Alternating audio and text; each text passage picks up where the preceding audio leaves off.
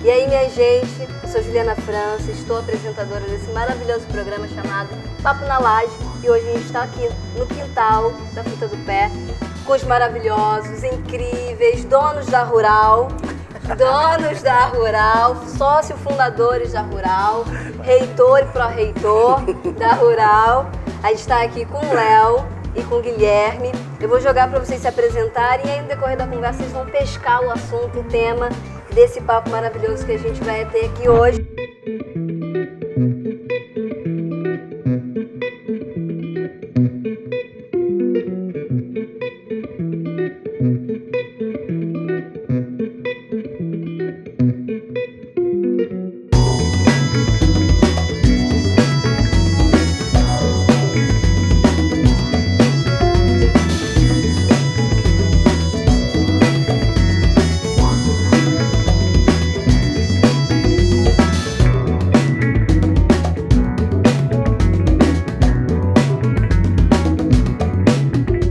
Começa se apresentando, falando de si, dos corres, casado, solteiro, signo, onde mora. Nossa, me deixou até confuso, né?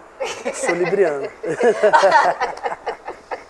Eu me chamo Leonardo Cruz, sou formado em Ciências Sociais, atualmente mestrando em Ciências Sociais pela Rural, né? Tô na Rural há 9, 10 anos, eu acho. Reitor. Quase isso, decano, né? Literalmente. Lá pesquiso samba, né? Samba, carnaval, seus atravessamentos. Evangélico, sou evangélico, né? Desde a minha monografia eu me apresento assim por conta de um puxão de orelha do avaliador da banca. Sou evangélico, pesquiso evangélicos dentro da escola de samba hoje e estou nesses atravessamentos de Zona Oeste. Sou o Fruta do Pé também, né? Já que a gente está aqui no projeto. E é bom a gente estar aqui para trocar essa ideia, bater esse papo, principalmente junto com o Gui, é uma pessoa muito querida. É um prazer, né, tá nesse papo com vocês. Me chamo Guilherme Negro, sou pedagogo de formação, educador popular dos movimentos sociais, né, desde o IFEP, dos outros coletivos que eu fiz parte, né, desde da juventude. Hoje eu já não sou mais tão jovem, né, tenho 31 anos. Todos jovens aqui, tenho 31 anos também, me considero uma pessoa jovem. Sim, eu sou jovem há mais tempo, né. Então, sou do Candomblé, né, sou do Bate-Folha, Papunsaba, que é gerido pela Mameto Mabegi, né, pedindo a bênção aqui a ela e aos meus ancestrais e a toda a família do Papunsaba que me recebeu bem. Sou Cambão do Suspenso, sou caçula, né, atualmente o caçula. Sou filho de Catendê, de um Kice raro. E esses atravessamentos, eu cheguei até esse espaço do Papunsaba por conta disso, né, por conta das pesquisas que eu tenho feito. Hoje, atualmente, eu desenvolvo a pesquisa sobre banto-oralidade nas escolas de samba, né, para falar sobre esses outros caminhos que não é tão trazido para a academia.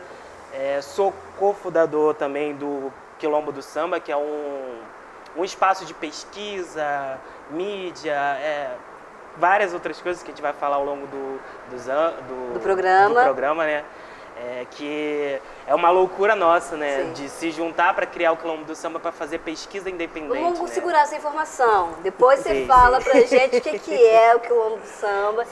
Mas antes de falar o que é, a gente começar a destrinchar uma coisa e outra, e que raramente perguntam isso pra gente, provavelmente, como que o carnaval, o samba, atravessou a vida de vocês? Como que, antes de chegar na academia, antes de ser objeto de pesquisa de vocês, antes disso ocupar a vida academicamente de vocês, como que vocês chegam no samba, como o samba chega em vocês? E aí queria saber um pouco disso, como que é a trajetória de vocês, carnaval, samba, escola de samba.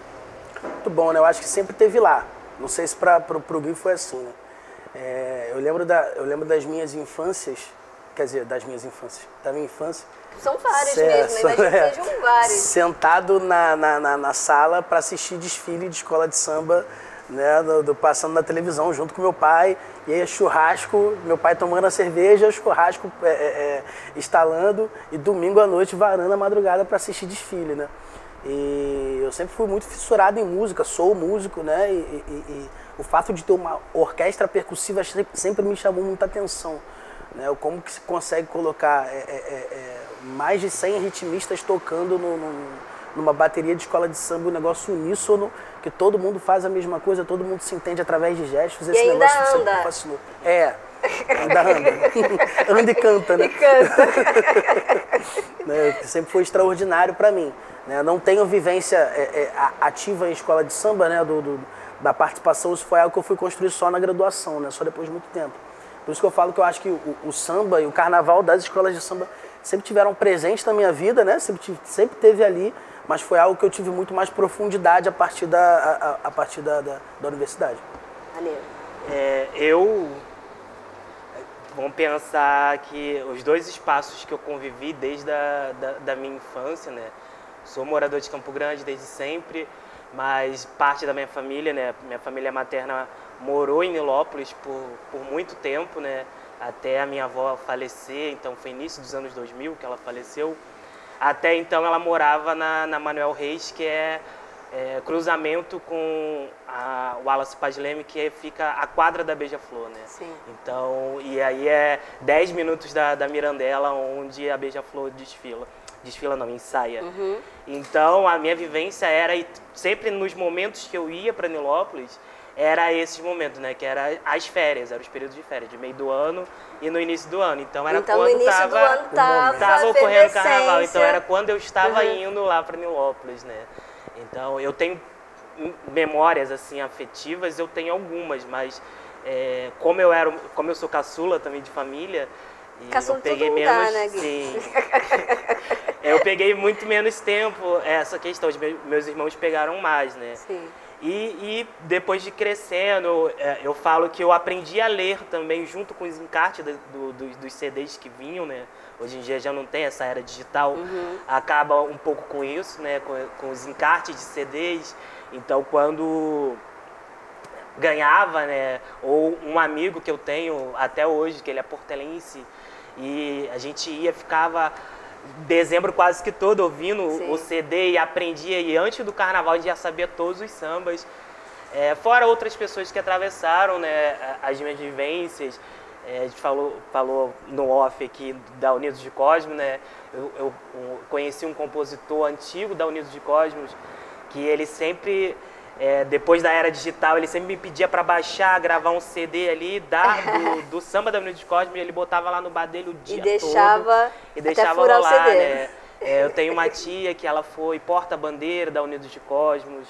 Eu frequentava também os ensaios da Sereno de Campo Grande, né? Que são as escolas aqui do bairro. E depois eu passei a frequentar a Portela, a Mocidade, que são as mais próximas também, essa questão do direito à cidade. E isso foi me levando, e na academia eu encontrei pessoas que me propuseram pesquisar sobre.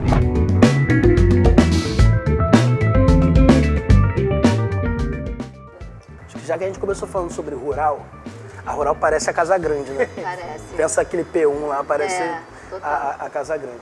Se a rural é a Casa Grande, se o P1 é a Casa Grande, a senzala é o alojamento, tá ligado? Então, no alojamento, eu acho que teve, pelo menos pra mim, eu tive esse contato, né?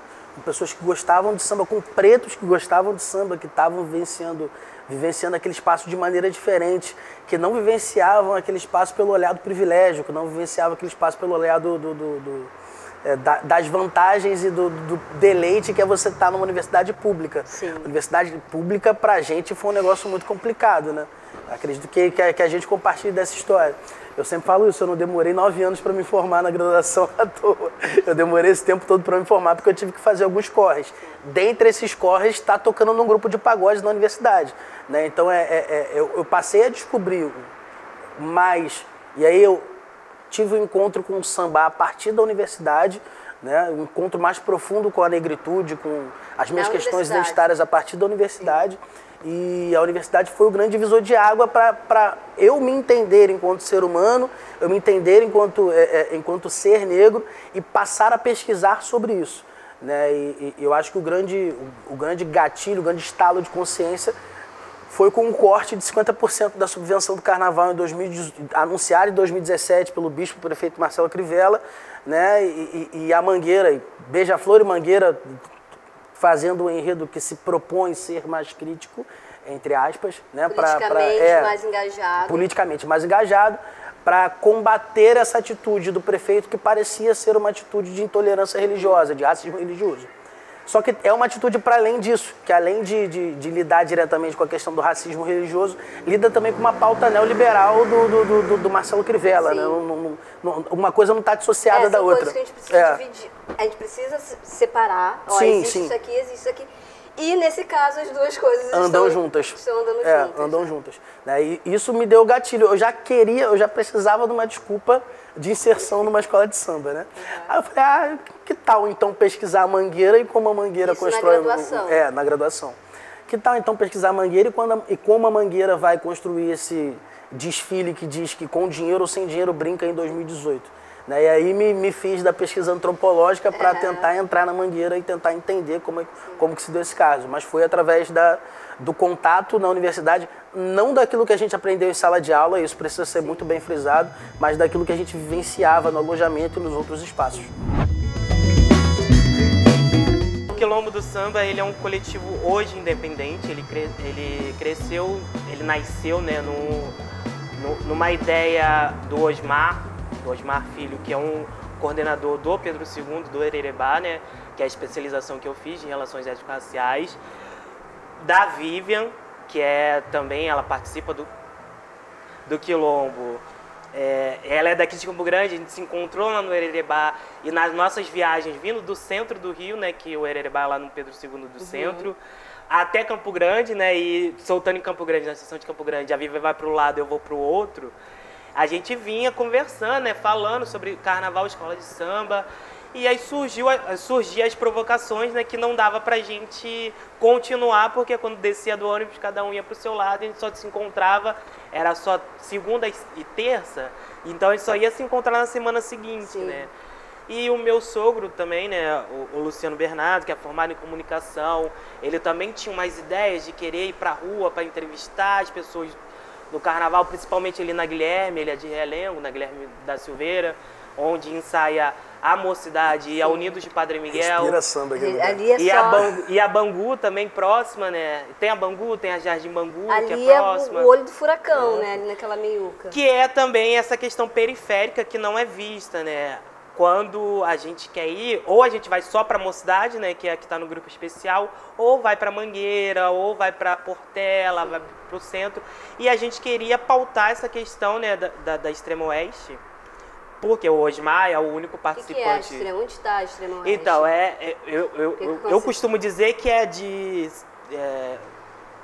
Camará pra cá, Camará pra cá, né? Porque de Bangu pra lá já tem uma outra visão, né? A galera acha que a Zona Oeste é até Bangu.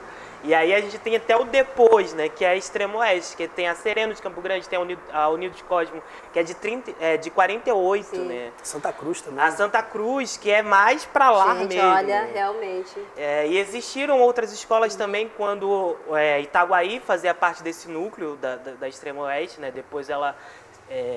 foi para Baixada e depois foi para Baixada e depois foi para a região dos Lagos, da Costa Verde em si. Então ela fazia parte do carnaval dessa Extrema Oeste, né? Sim. Mangaratiba, Itaguaí. Então a gente passou a querer registrar a memória desse espaço, né? Só que foi uma coisa que cresceu, né? A Vivian foi pesquisar porta-bandeira, e aí chegou até a Esquel. É fascinante também a pesquisa dela. A Gabriela, que é minha namorada. A Esquel, que é a porta-bandeira da Mangueira. A porta-bandeira principal da Mangueira. E aí ela ela é coautora, né, do trabalho da Vivian, né? Maneiro, porque várias narrativas e a gente pensamentos. Esse trabalho onde? Lá no... Então, ele vai ser publicado ainda. Eu acho que samba e religião se encontram a partir da periferia, e aí principalmente pensando na religião evangélica, né? Você tem um processo de expansão do evangelicalismo, que alguns autores vão chamar de explosão do gospel a partir dos anos 90, que faz com que o evangelicalismo entre na periferia e também a periferia entre com força no evangelicalismo. Então você tem modificação de práticas evangelicalistas, assim como você tem modificação de determinadas práticas periféricas, que é o que a gente chama de subjetividades periféricas. Né?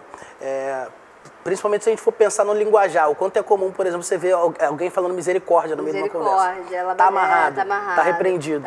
Que é um linguajar... Deus me livre. Cristã, tipo, Deus me livre. É um linguajar cristão, e aí cristão evangélico, que acaba entrando na periferia de uma maneira tão grande.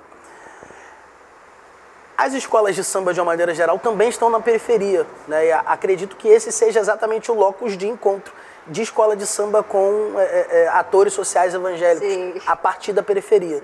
Não que samba e religião tivessem desconexos. Se a gente for pensar grandes controvérsias do carnaval carioca. Por exemplo, Beija-Flor de Joãozinho 30 com Cristo Mendigo. Né?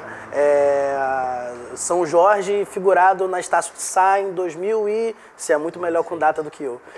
2015 ou 2016. Né? 2015, se eu não me engano, né? Que de fato foi apoiado pela Arquidiocese do Rio. Né? Então, tem atravessamentos de samba com religião católica, tem também com religião evangélica. E aí o que eu acho que é interessante, aí eu puxo sardinha para o meu lado, é pensar que a maioria desses atravessamentos eles se deram através de afastamentos. Eu pelo menos tenho percebido que esses atravessamentos eles têm se dado agora no sentido de ligar. Então é comum que você veja, por exemplo, uma baiana que no sábado está dentro da escola de samba e no domingo está na igreja evangélica, que tem participação da igreja evangélica. Se você for olhar para o barracão, pessoas que trabalham com a escola de samba, construindo o desfile, constroem suas indumentárias, as indumentárias do desfile no barracão, e o que sobra de material leva para ornamentar a igreja, leva para fazer outras coisas. Tem diversos atravessamentos. Se for olhar para o carnaval, por exemplo, a Grande Rio em 2019, o último carnaval que a gente teve em 2020, de tanto tempo com a pandemia que deixa a gente até meio confuso. 2020 ainda teve, Falou sobre o Joãozinho da Gomeia, né? E um desfile fantástico. Incrível. Né? Guardadas as opiniões, a Grande Rio, acredito que para mim, é uma opinião puramente minha. Vamos lá, foi a campeã do carnaval de 2020. Eu sei disso. Foi a campeã do carnaval de 2020. Né? E uma das alas, salvo engano, a 9ª aula era a ala de feitura de cabeça. Na ala de feitura de cabeça existia uma mulher evangélica, mãe solo, moradora de Duque de Caxias, que estava desfilando porque acreditava que o discurso falado no samba enredo, eu respeito o seu amém, você respeita a minha axé, era um discurso contra a intolerância religiosa e que precisava ser defendido por ela, mulher negra e evangélica. A escola de samba nasce dos terreiros, né? Então nos terreiros tinham roda de samba. A roda, né? A roda em si. O princípio era a roda. O quilombo, isso. Como se fosse Gênesis 1, o quilombo. A formação do quilombo o quilombo não só teve uma estrutura, um tipo de forma comercial, então o quilombo ele tinha várias outras coisas que aconteciam naquele mesmo espaço. E o terreiro tinha isso, né? Tinha a roda de capoeira, que em São Paulo se chama tiririca, pernada também, que no Brasil inteiro tem várias denominações por uma coisa só, né? Então tinha a Umbanda naquele espaço, a Umbanda, a Macumba e etc e tal, que também tem várias denominações. Então tudo acontecia naquele espaço, né? Então a gente tinha o espaço da roda de samba, do samba de terreiro, e isso foi que se deu, a partir dos anos, se transformou na escola de samba, onde viram que não comportava mais várias pessoas, porque chegavam pessoas de fora também, que era fora da religião, e aí o que eu falei da questão da hospitalidade, então era aceita as pessoas. Né? A gente não é um povo que fala, não, você não vai participar. A gente fala, sempre quando alguém quiser participar, tem espaço, sempre cabe mais um, bota mais água no feijão. É que eu falo, quem gosta de silêncio, de casa vazia é o burguês. A gente gosta de casa cheia, barulho, conversa. E aí tem registro de filmes que acontecia, dia de Ogum, dia Manjá, fazia-se, arriava-se as comidas, fazia os toques e depois era samba.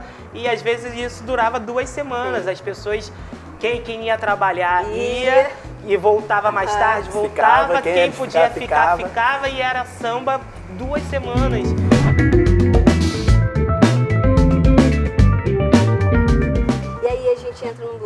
programa, que é o Bloco dos Sonhos. O que a gente tem sonhado pra gente, o que a gente tem sonhado pra nossa comunidade, os nossos fazeres, pra quem tá do nosso lado. O que vocês têm sonhado, ansiado, desejado? À vontade. Então, e aí isso parte... Porque eu sou preguiçoso, né? Então eu quero que as coisas... Por exemplo, a roda de samba daqui do Fruta do Pé é do lado da minha casa. Então eu consigo ir ao Fruta do Pé com mais facilidade. Não é porque eu seja preguiçoso, é porque eu sei todo o problema que eu vou ter para chegar a esse acesso à cidade, né? A ocupar esse espaço da cidade. Então, sendo próximo de casa, eu já tenho problema, né? Para chegar até essa gravação, eu demorei um tempo para chegar. Sendo longe, então? Sendo longe, então eu não chego, né? E aí pensar que depois... a gente já vai pensando na volta. Então, e aí, essa questão dos sonhos é isso, de ter coisas nessa extrema Zona Oeste, que as pessoas da Zona Oeste, a gente pode acessar essa cidade, sim, que é nossa também. Essa grande África carioca é nossa também, esse espaço é nosso. Então, a gente pode ocupar, mas também tem a opção de ter nossas coisas próximas. Sim. E aí, essa junção, né, essa questão de fazer o Quilombo do Samba independente é por conta disso. De tirar do centro da cidade um pouco e para essa galera olhar para a gente e falar, ó, tem um coletivo lá na Zona Oeste, lá em Campo Grande, lá em Realengo, que discute escola de samba, protagonismo negro, sim, carnaval, samba, que não aqui no centro. Então, é fazer essa galera sair do centro para vir para a Zona Oeste, né? Também. A gente sempre se deslocou, agora fazer a galera... Sim, e é entender isso e falar, não, pô, é porque para chegar lá é longe. Aí, tipo assim, você olhar, porque para eu sair de Campo Grande para ir pro centro também a distância é a mesma, a dificuldade também é a mesma. Então, fazer isso, né? Então, os sonhos, ele passa por isso. Tem a roda de samba que... a gente pensa do Quilombo do Samba fazer uma roda de samba junto com o coletivo Fruta do Pé, né? Também para juntar, né, pessoas que pensam iguais é sempre importante, né? Então, fazer uma roda de samba enredo aqui, né? Fazer a escola de carnaval, e aí aproveitar, né, a estrutura, sim, porque não adianta pensar, que também já é uma dificuldade, né, de ter um outro espaço e aí separar as pessoas. Então, aproveitar as pessoas que já vêm aqui, que já frequentam, que já tem as aulas de percussão, as aulas de samba no pé, as aulas de ritmistas, que tem aqui também no espaço. Então, e trazer mais alguma coisa para agregar e trazer também um outro público, né? Sim. A galera que gosta de escola de samba, que pesquisa escola de samba, trazer para cá e somar e aumentar cada vez mais esse quilombo, né? Quando eu falo que eu sou um cara sonhador, eu sonho com uma escola de samba que consegue pensar a sua própria realidade e não pensa somente no visual, somente na plasticidade, mas que consegue colocar a sua população para desfilar, né? Como um ser brincante, como ser... Até porque... Por conhecer muita discussão sobre carnaval, a gente olha para o carnaval das escolas de samba num olhar bem fatídico, né? De que como se já tivesse, como se não tivesse esperança não tem mais para onde ir. E cara, tem, porque foi muita agência negra para colocar os negros no centro do Rio de Janeiro, no principal evento do mundo, né? Então é esse processo de agenciamento que a gente faz, de aquilombamento aqui na Zona Oeste, que pode fazer com que a gente vença algumas etapas. É um trabalho de formiguinha? A gente no programa anterior, a gente dedicou o programa para o Monarca. Eu queria continuar com essa mesma energia. Esse programa vai ao ar em fevereiro. A gente está na semana do desencarne do Monarca. Então, importante sempre exaltar esse ancestral importante para a nossa história. Então, eu queria também dedicar, por licença, para vocês, sim, né? Para dedicar esse programa para ele. Incluir também, né? Dentro da escola de samba, a gente perdeu tantas pessoas, né? Das comunidades, triste, né, cara? Das comunidades. Quase toda semana tinha alguma nota de pesar. A gente que acompanha as redes sociais da escola de samba, a gente via a mocidade toda semana postando pesar. E a gente perdeu o Dominguinho do Estácio, né? Também esse Nelson Sargento também. Nelson Sargento, o Davi Correia, do ano passado para esse ano, que são pessoas importantes para a escola de samba que ajudaram nesse percurso de 100 anos, né? Que a gente pensar para a história geral, essa história que a gente está trabalhando, ela é um bebê, né, recém-nascido. Cara, mas assim, você falou de perdeu, mas eu acho que não é nem perdeu, acho que... Não, a gente perdeu a matéria. A matéria, né? Vocês dois estão aqui e é a presentificação de que as coisas continuam. E elas vão continuar. Sim. Viram ancestrais, né? Ancestrais. Na banto-oralidade. Viram os nossos ancestrais. Viram nossos ancestrais. Então, eu queria dedicar, então, esse programa para toda a nossa ancestralidade. E desejar saúde para todo mundo. Agradecer, Léo, Guilherme. Nós agradecemos. Eu que agradeço. Por terem aceitado esse convite. Saúde para nós. Axé e até mais. É isso. Tchau, gente. Tchau. Valeu. Obrigado. Gente, vocês se virem agora para editar esse programa.